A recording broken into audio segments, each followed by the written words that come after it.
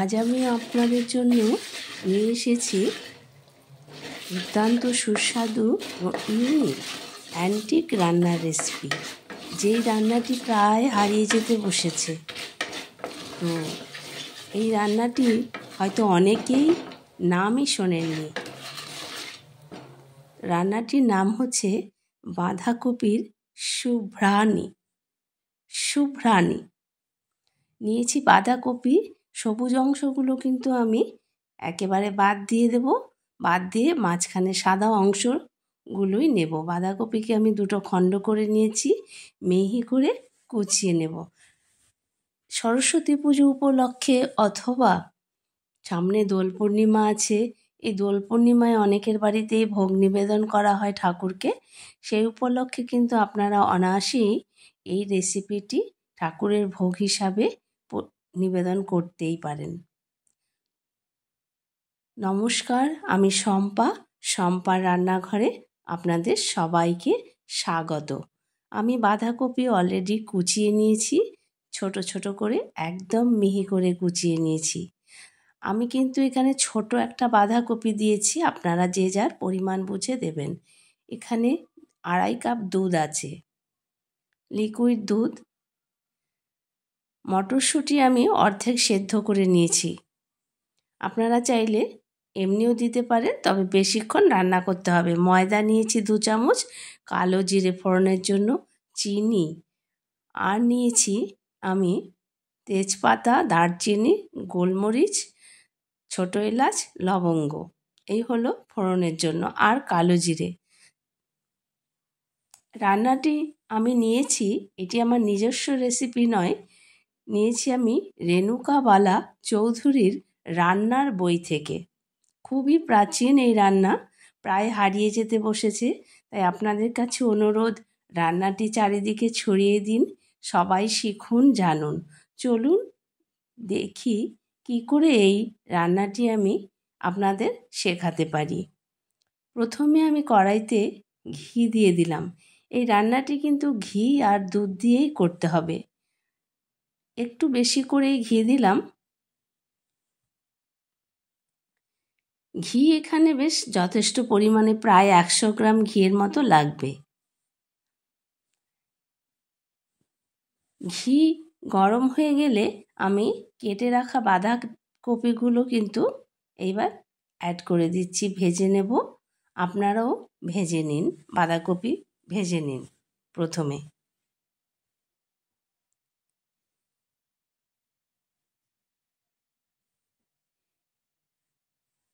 বাঁধাকপি দেওয়া হয়ে গেছে, এইবার নেড়েচেড়ে কিন্তু আমি বাঁধাকপিগুলো একটু ভালো করে ভেজে নেব, মানে একটু নরম করে নেব।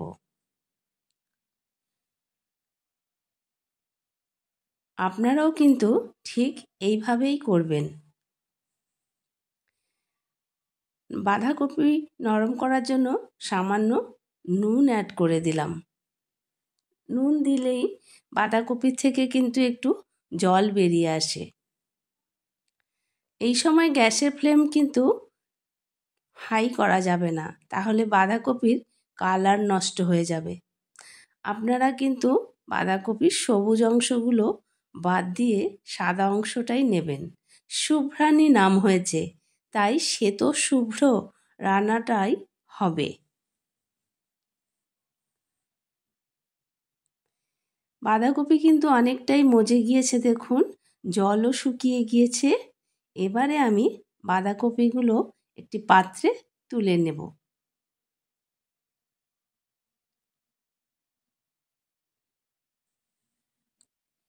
এইবারে ফোড়ন দেওয়ার জন্য দারুচিনি, লবঙ্গ, ছোটো এলাচ একটু থেতো করে দেব, যাতে গন্ধটা খুব সুন্দর হয়। হামালদিস্তায় আমি থেতো করে নিচ্ছি। আবারও ঘি অ্যাড করব কড়াইতে।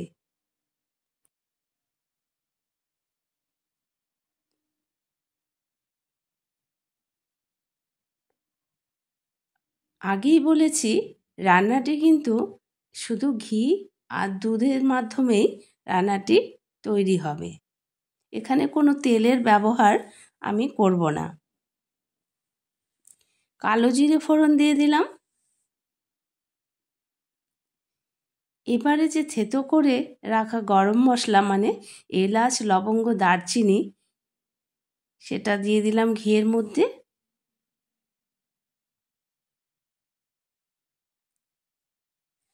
তেজপাতা দিয়ে দিলাম 2টো। আর কয়েকটি গোলমরিচ আমি গোটা ফোড়নে দিলাম। গোলমরিচ দিলে কি হবে, ফোড়নে কিন্তু খুব সুগন্ধ বেরোয়। ফোড়নের সুগন্ধ বেরোনো পর্যন্ত অপেক্ষা করব।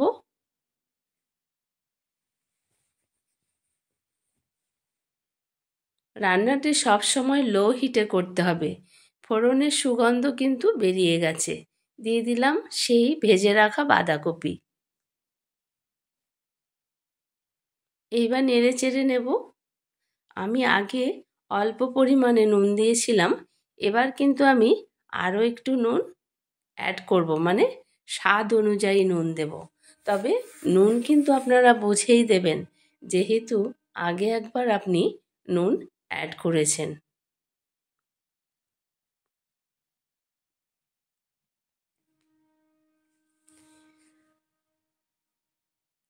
দিয়ে দিলাম নুন।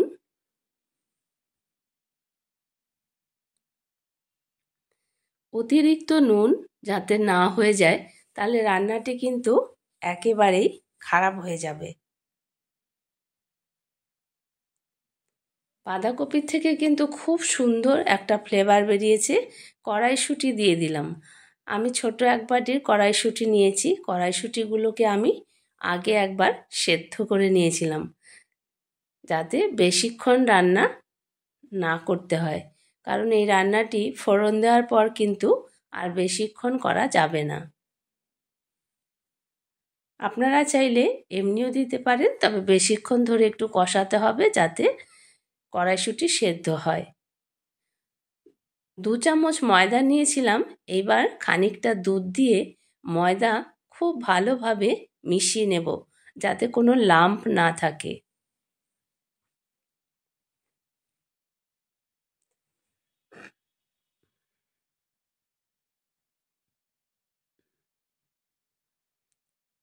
মেশানো হয়ে গেছে।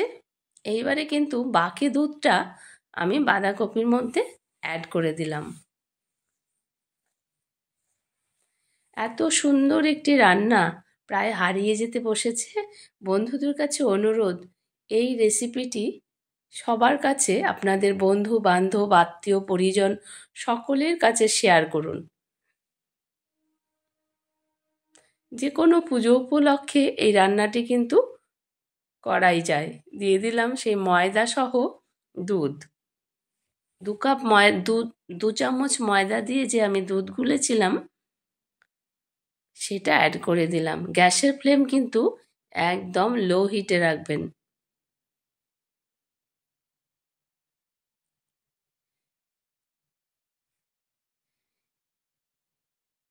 বন্ধুদের কাছে অনুরোধ, সম্পূর্ণ ভিডিওটি দেখবেন, স্কিপ না করে।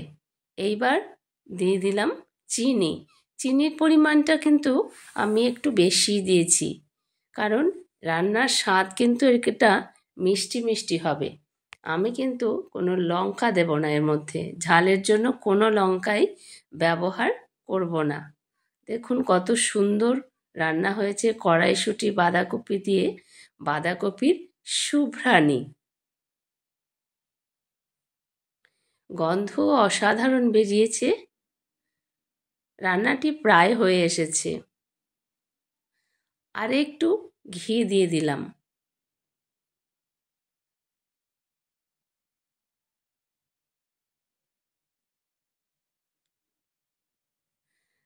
ঘি দিয়ে দিলাম। এবার ঘিটা খুব ভালোভাবে মিশিয়ে নেব।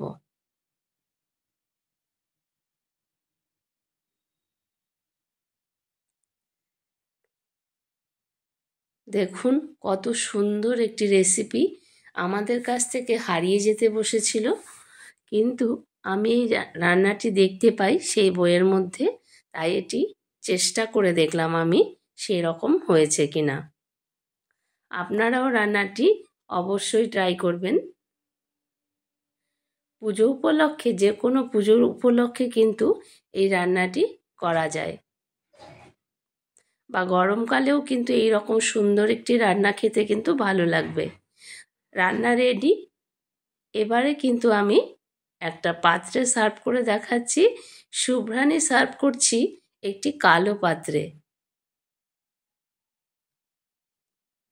আপনারা যে কোনো পাত্রেই একটি সার্ভ করে দেখাতে পারেন, তবে আমি এই কালো পাত্রটি নিয়েছি। দেখুন কত সুন্দর শুভ্রানী তৈরি হয়েছে, বাঁধাকপির শুভ্রানী। রেসিপিটি সম্পূর্ণ দেখার অনুরোধ রইল, স্কিপ না করে।